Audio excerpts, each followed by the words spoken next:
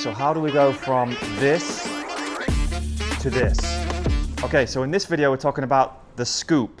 So a scoop would be defined as when pretty much the grip reaches the right leg, the handle is below the hand. What this does is it makes your low point happen too early, so you end up hitting the ground, and also the fastest part of your swing happens too early.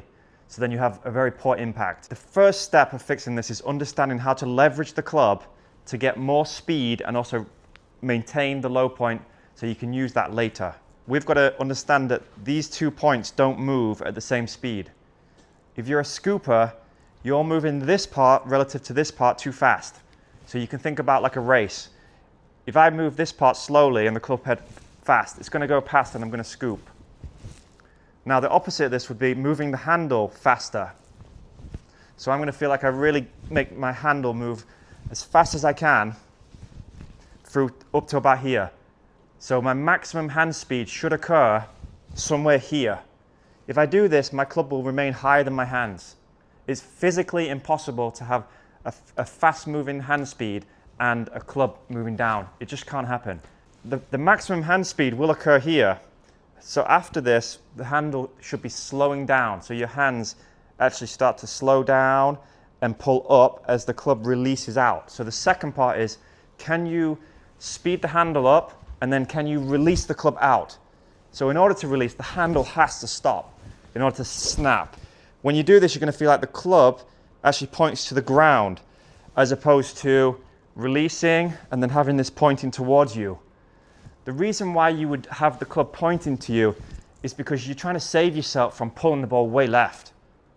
Because this release is actually opening the face, because the scoop release actually closes the face. So many people would pull early release, that would shut the face, which would look like this.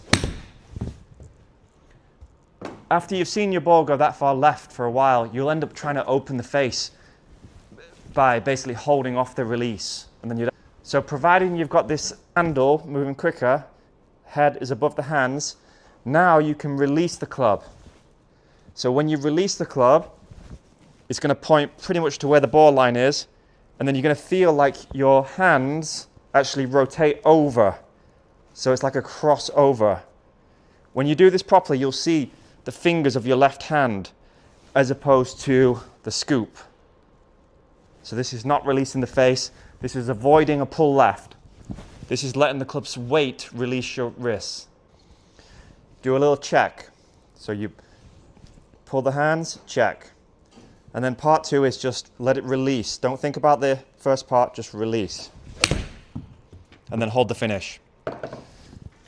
Because you can't think about everything in the swing because it happens too quick. So just think about one at a time. So you do the pump, then you do the finish. Okay, hope that helps. Good luck.